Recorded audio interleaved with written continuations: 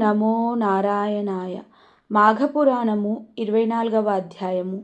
శ్రీమన్నారాయణుని అనుగ్రహము, తులసీ మహాత్మ్యము. మనము 23వ అధ్యాయంలో శ్రీమన్నారాయణుని నారదుడు స్తుతించడం గురించి, ఏకాదశి వ్రతాన్ని గురించి తెలుసుకున్నాము. ఈరోజు తులసీ మహాత్మ్యాన్ని గురించి తెలుసుకుందాం. గృత్నమద మహాముని జహ్నుమునితో ఇట్లా నేను సత్యజిత్తు ఏకాదశి యందు భార్యతో పాటు ఉపవాసముండెను. కేశవుణ్ణి గంధ పుష్పాదులతో అర్చించెను. దేవతల హితమును కోరుతూ శ్రీమన్నారాయణుణ్ణి నిరంతరముగా జపించుచు జాగరణ చేసెను. ఏకాదశి నాటి రాత్రి మొదటి జామునందే శ్రీహరి సత్యజిత్తునకు ప్రత్యక్షమయ్యెను. నీలమేఘము వలె నల్లని ఛాయతో, నల్లని ముంగురులతో, పద్మనేత్రములతో ప్రకాశించుచు, తిలకముతో, విచిత్ర కుండలములతో చెక్కిళ్ళు ప్రకాశించుచుండగా, సూర్యకాంతిని మించి కిరీటముతో, హారకేయూరాది విభూషణములతో, పచ్చని పట్టుబట్టను కట్టి మనోహరమైన రూపంతో గరుత్మంతుని పైకి ఎక్కి వచ్చెను. ముని గణములు శ్రీమన్నారాయణుని స్తుతించు భార్యతో పాటు శ్రీమన్నారాయణుని పాదములపై పడి నమస్కరించెను. శ్రీమన్నారాయణమూర్తి, నాయన, కోరిన వరమును ఇచ్చెద, అడుగు అనెను. అప్పుడు సత్యజిత్తు, స్వామి, ఇంద్రాదులకు పూర్వము వలెనే సంచరించు శక్తి నిమ్ము, వారిపై దయ ఉంచుము. తర్వాత నాకును నా భార్యకును నీ సాన్నిధ్యమును అనుగ్రహింపుము అని కోరెను. శ్రీహరి దయతో వాని కోరికను అంగీకరించెను. ఇట్లనెను, ఓయి, ఈ ఏకాదశి తిథి సమస్త పుణ్యములను ఇచ్చును. నేను ఈ తిథి అందే నీకు ప్రసన్నుడను అయితిని. కావున ఈ తిథి నీకు సంతోషమును కలిగించు తిథి. నీవు నీ భార్య ఈ పారిజాత వృక్షమును పెకిలించి ఇంద్రునకు ఇండు. పవిత్రము వనవాసి, నాకిష్టమైన ఈ తులసిని నాకిమ్ము, నీకు శుభము కలుగును. మరి ఒక ఆలోచన వలదు అని పలికెను. సత్యజిత్తును అట్లే అని అంగీకరించెను. మరునాటి ఉదయమున భార్యతో కలిసి పారిజాత వృక్షాన్ని పెకిలించి ఇంద్రాదులకు ఇచ్చెను. తులసిని లక్ష్మీపతియగు శ్రీహరికి ఇచ్చెను. శ్రీహరి అనుగ్రహం వలన ఇంద్రాదులందరూ శక్తివంతులై శ్రీమన్నారాయణునకు నమస్కరించి నిలిచిరి. శ్రీహరి ఇంద్రాదులు వినుచుండగా సత్యజిత్తును వాని భార్యను చూచి ఇట్లనెను, ఈ ఏకాదశి తిథి నాడు నీవు భక్తితో నీ విధముగా నన్ను పూజించి నా అనుగ్రహము ఉండుట వలన మిక్కిలి ఉత్తమమైనది. నాకు మిక్కిలి ఇష్టమైనది ఈ ఏకాదశి తిథి.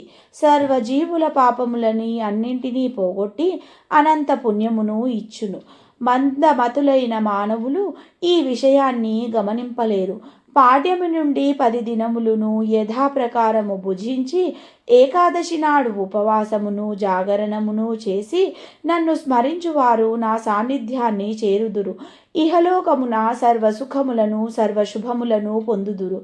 నాకు సంతోషమునిచ్చిన ఈ తిథి ఉత్తమ సంభావననిచ్చి వేల కొలది అశ్వమేధములు చేసిన వచ్చు పుణ్యమును ఇచ్చును. ధర్మవేత్తలగు మునులును ఈ తిథి మిక్కిలి పుణ్యప్రదమని అందురు. 12వ రోజున దేవతలకు మరల శక్తి పుష్టి కలుగుటచే ద్వాదశ తిథిని ప్రాణదాయిని విష్ణుప్రియని అందుదురు. అజ్ఞానముచే ఏకాదశి భుజించువారు మహాపాపములను పొందురు. దశమి నాటి రాత్రి భోజనమును మాని, ఏకాదశి నాడు 2 పూటలా భోజనమును మాని, ద్వాదశి నాటి మధ్యాహ్నమున ఒక మారు భుజించి నాటి రాత్రి భుజింపక ఉండిన చాతుర్భుక్తావర్జితమైన ఏకాదశి ఉపవాసమని అందురు. ఈ ప్రకారము చేసిన ఉపవాసము సంపూర్ణ పుణ్యఫలాన్ని ఇచ్చును. పుణ్యప్రదమగు హరి వాసరమున ఉపవాసము జాగరణము చేసి నన్ను యథాశాస్త్రముగా పూజించినవాడు నాకిష్టుడు, నా లోకమును చేరును. ఇట్టి ఏకాదశి ఉపవాసము చేసిన వానినేగాక వాని కులము వారినందరినీ రక్షించి అనేక యజ్ఞములు చేసిన వచ్చు పుణ్యాన్ని ఇచ్చును.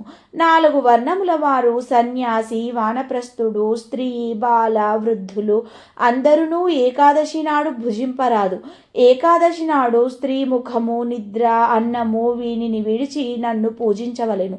నన్ను పాదోదకమును సేవింపవలెను. అన్ని మాసములయందున శుక్ల కృష్ణ పక్షములు రెండింటినూ వచ్చి ఏకాదశులు అన్నీయు ఇట్లే ఉపవాసము ఉండవలెను. చాంద్రాయణాది వ్రతములను ఆచరించుట వలన వచ్చేడి పుణ్యము ఏకాదశి ఉపవాస వ్రతము వలన వచ్చును. కావున మానవులారా, మునులారా, నా భక్తులారా, మీరెవ్వరును ఈ ఏకాదశి నాడు అన్ని మాసములయందును 2 పక్షములయందును తినరాదు. ఇది సత్యము. ఇట్లు ఉపవాసము చేసిన వాడు నా లోకమును చేరి నన్ను పొందును. ఇది తథ్యము అని బిగ్గరగా పలికెను అని గృత్నమద మహాముని జహ్నుమునికి వివరించెను. గృత్నమహాముని జహ్నుమునితో ఇట్లనెను: శ్రీమన్నారాయణుడు ఏకాదశి వ్రత విధానాన్ని మహత్యాన్ని వివరించి ఇంద్రాదులతో ఇట్లనెను: మీరి పారిజాత దివ్య వృక్షమును తీసుకొని మీ నివాసమైన స్వర్గమునకు వెళ్ళుడని చెప్పెను. ఇంద్రాదులు శ్రీహరి చెప్పినట్లు పారిజాత వృక్షాన్ని తీసుకొని స్వర్గమునకు పోయిరి. వారందరూ వెళ్ళిన తర్వాత తులసి శ్రీమన్నారాయణుతో ఇట్లనెను: స్వామి, నీ పాదపద్మములయందు ఆసక్తి గల నన్ను దయచూడుము. నాకు నీవు తప్ప మరి ఒక్క గతి లేదు. నేను నీ పాద సాన్నిధ్యమునే కోరుకుందును అని పలికిన తులసి మాటలను విని శ్రీహరి, భూమి యందు అమృతము వలన పుట్టిన తులసి, నీవు నాకిష్టురాలవు. నా వద్దకు రమ్ము. నిన్ను నేను హృదయమున ధరింతును. సందేహము వలదు. నీవు పవిత్రురాలవు, పవిత్రత కలిగించు దానవు, పాపనాశిని. తులసి దళములతో కలిగియున్న నిన్ను చూచిన వారు గంగా స్నానము చేసిన వారు వలె పవిత్రులగుదురు. నీ దళములతో నన్ను పూజించిన వారు పునర్జన్మ ఉండదు.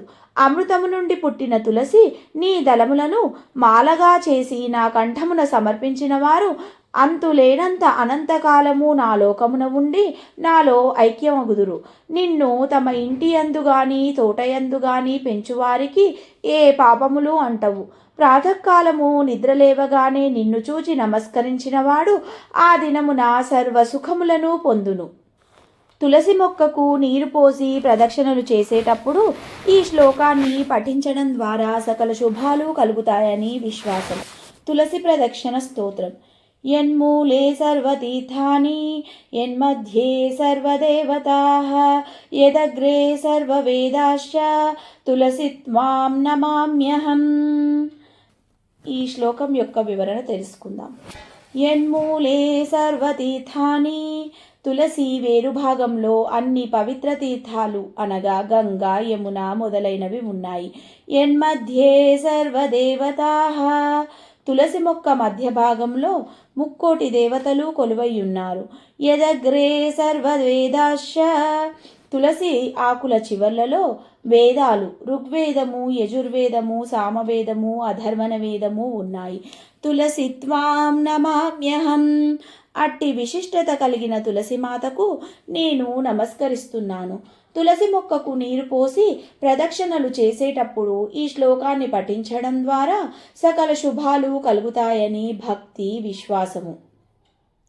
ఈ శ్లోకమును చదివి నీకు నమస్కరించవలను. తులసి, నీ దళములతో నీటిని తన శరీరముపై చల్లుకొనువాడు అపవిత్రుడైనను పవిత్రుడగును.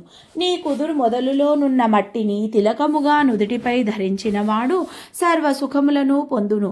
యక్ష రాక్షస పిశాచాదుల వలన వానికి ఏ బాధయు ఉండదు. అమృత సంభవా తులసి త్రైలోక్య పావని, నేను నిన్ను లక్ష్మీదేవిని సమానంగా భావింతును అని శ్రీహరి తులసికి వరములిచ్చెను. తులసి దళములను, కాండములను, శాఖలను అన్నింటినీ శుభప్రదములైన మృదువైన తన చేతులతో తాకెను. చక్రధారి స్పర్శ వలన తులసి మరింత కాంతిని, పవిత్రతను పొందెను. అప్పుడు ఆ తులసి మనోహరమైన పవిత్రమైన స్త్రీ రూపాన్ని పొంది శ్రీహరి అంశను పొందెను.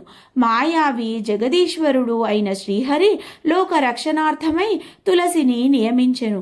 శ్రీహరి ఎడమ చేతితో తాకబడిన భాగము కృష్ణవర్ణమై కృష్ణ తులసి అని పేరు పొందెను. ఆ వైపు ఉన్న ఇతర వృక్షములను తులసి సాన్నిధ్యముచే పవిత్రము అయ్యెను. తులసియున్న ప్రదేశము పాపములను పోగొట్టును.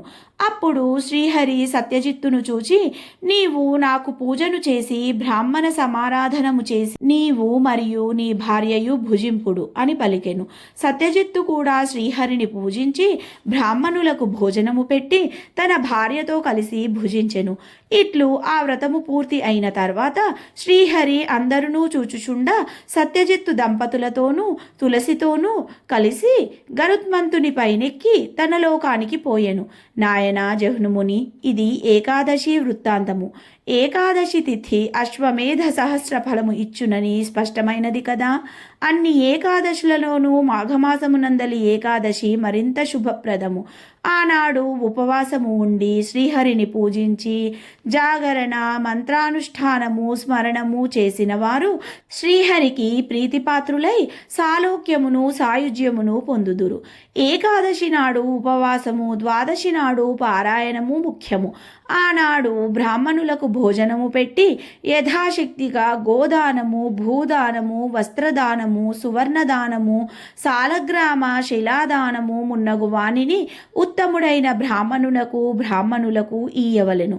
అట్టివారు ఇహలోకమున చక్రవర్తి అయి తుదకు శ్రీహరి సాయుజ్యమును పొందురు. ఇట్టి పవిత్రమైన కథను వినువాడును శ్రీహరి కరుణా కటాక్షమును పొంది విష్ణువును చేరుదురు.